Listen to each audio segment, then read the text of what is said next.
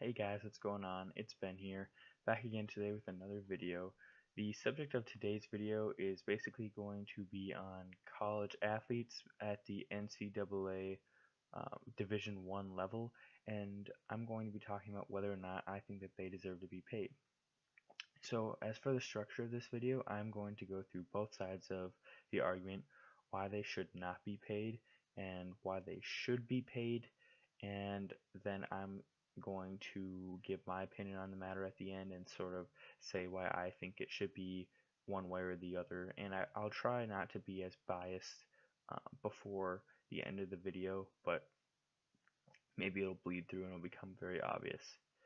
So as for reasons why they should not be paid, I think the main argument would just be that it seems like a lot of people that I hear talk about it, and then when I bring up the subject to them, this is the first thing they say is, well, they're already getting paid. They're getting scholarships to go to college. You know, some of these prestigious universities, like let's say a guy goes to like Stanford. If you get let's say that you get a scholarship to there for 4 years to be on the football team, and it's a full ride scholarship, that could equate to like 120K over that 4 years. And so they're saying that's already a pretty significant sum of money, and so in a way they actually are already being compensated, and to compensate them beyond that doesn't really warrant them getting more because they're already getting money. So what's the point of compensating them more?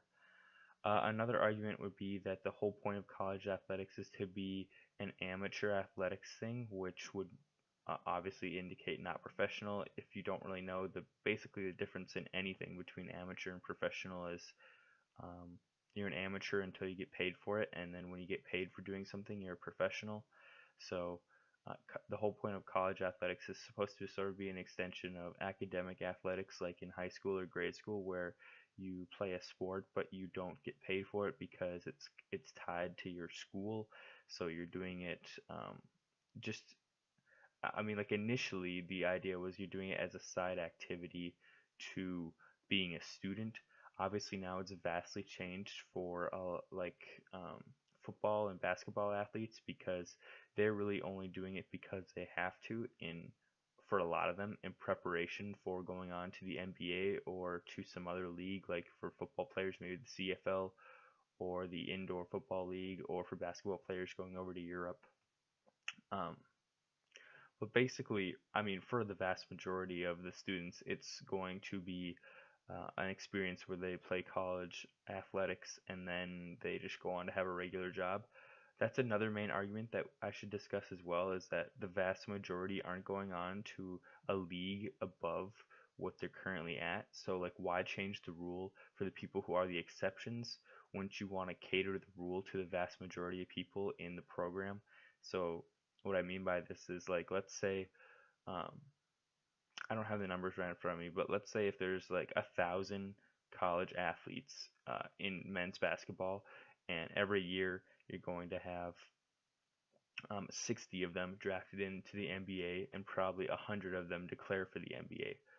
So now these aren't actual numbers. This is just sort of me doing a rough example here. But so then you'd have 90% of the players not going on to a professional league. And that being said, um, like wouldn't you want a rule that favors 90% of people compared to 10% of people? So that right there would be like I think some of the main cruxes of the argument for why people shouldn't get paid in college, is that basically they're already getting paid with scholarships. The whole idea is to be an amateur program where you're supposed to initially back way back in the day, you're supposed to be focusing on your academics with athletics as a side piece, and then number three, um, I can't remember what I said for number three, but I just got done saying it. Oh, I remember now. It's that you want a rule that caters to the majority of people, not the minority of people, especially in college athletics when the rules would be catering to the vast majority of people for sure. So those are the three things right there. Um, as for the other side of the argument, the side that would say that college athletes should be paid, I think this is one that I think mainly applies to football and basketball. Um, but it's that the main argument is that the students generate so much revenue for the school. So let's say, like when Tim Tebow was in college, he was one of the biggest college football players of all time, and he was generating like millions upon millions of dollars for the University of Florida in like jersey sales and ticket sales because people just wanted to come see him. Um, just in North Carolina a few days ago, we had Zion Williamson and Duke face off against North Carolina. And of course, that's always one of the biggest college basketball games of the season. And the tickets for that were, I think, on average, like over $2,000, which is ridiculous for the average ticket price.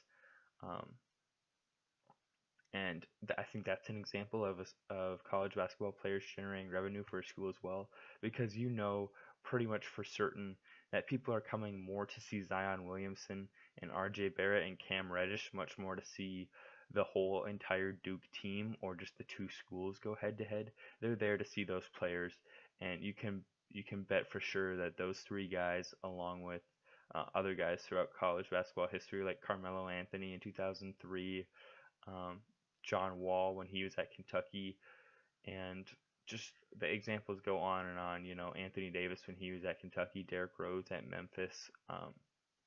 These guys have generated a ton of jersey sales for the teams that they've played for, and they've generated a lot of buzz.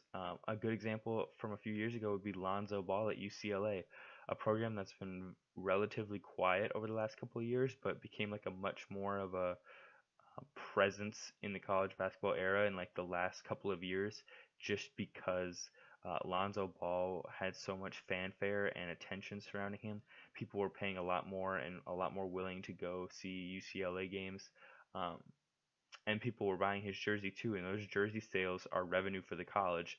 Currently, college athletes in general, if their jersey sells, they don't get any share of the profits for that. It all goes to the university that they play for.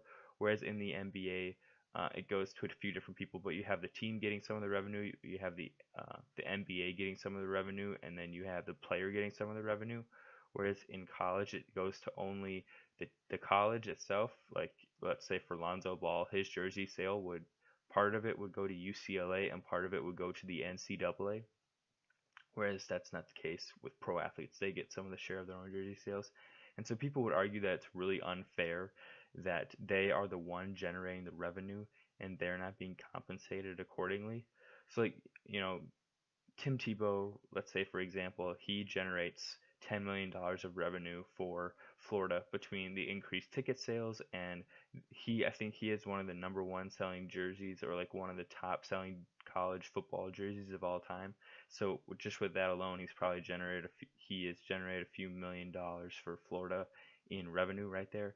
So the argument would be that he should get a slice of that because um, if you're generating millions of dollars and you're only being compensated with a scholarship that probably like at most is going to pay you maybe like 200K if you're going to the most expensive college around, you really aren't being fairly compensated. And so the argument that's the first and like biggest argument by far is that it's an unfair compensation system that players generate millions and then they only get paid via a scholarship, which is unfair. So another big argument with this would be that like especially for college basketball is that they're only going to college because it's a rule that they have to take a year off from high school before they go into the NBA. And now, like, yes, they could go to the G League or they could go play in Europe, but that doesn't have the same prestige as college basketball does. So that's really the only reason they're going to play in college basketball. And so a big flaw with that and why they should be compensated is that like if they could go to the NBA right away, they would, and so they're actually missing out on millions of dollars by having to go to college first, and so it's an unfair system in that manner. And then the last reason that college basketball players should be compensated would be, in my opinion, it would be because of time commitment. Like you think of high school athletics, like yes, you spend maybe a weekend going to a tournament, or you spend a couple nights a week practicing and then a night playing a game every week. But college basketball or football, it's like your entire life is sold to this thing.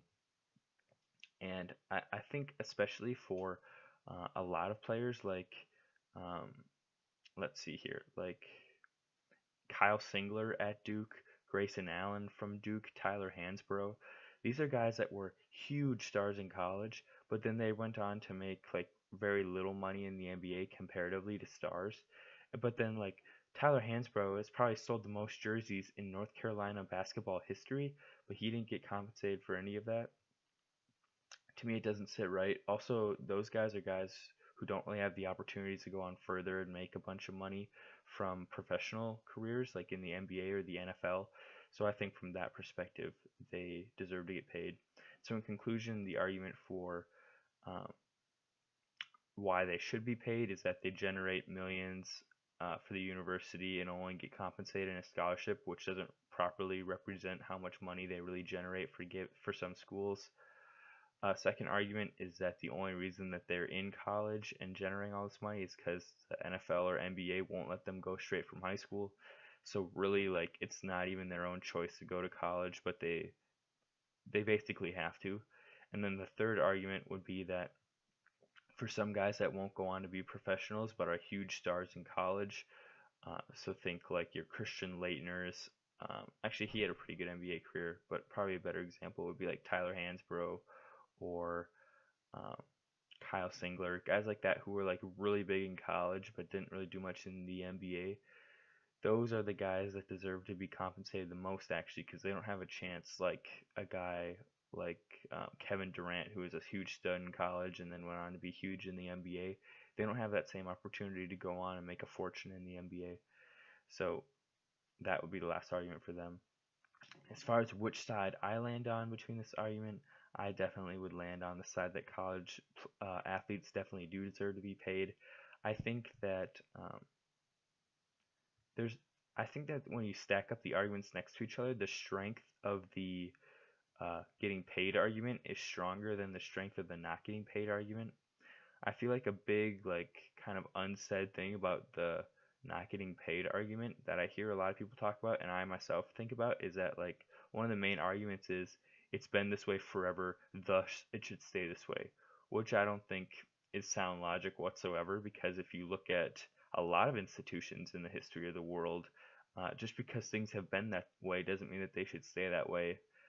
Um, or else we would still be part of England and slavery would still be a thing in America. So I think it is a bad argument to say because things have been a certain way, they're supposed to stay a certain way. So I don't like that logic whatsoever, which I've heard a lot of the pundits who support not paying college athletes, that's one of the cruxes of their argument, which I really don't like. And I just think it's pretty clear, if you're generating millions of dollars for a company, or in this case, a university, you should be fairly compensated for that, and at least get a share of your own jersey sales. If people are walking around with your name on the back of their shirt, you should be getting a cut of that, in my opinion. So that's all I have for today, guys. This video is basically inspired by the whole discussion surrounding Zion Williamson, and just in general, this has always been a topic that I have thought about. And so we're not doing much NBA today. It was more based on NCAA and collegiate athletes, but hope you still enjoyed it. And let me know in the comments what you guys think of this argument. Should college players be paid or not? Let me know, and I hope you guys have a good day. Bye.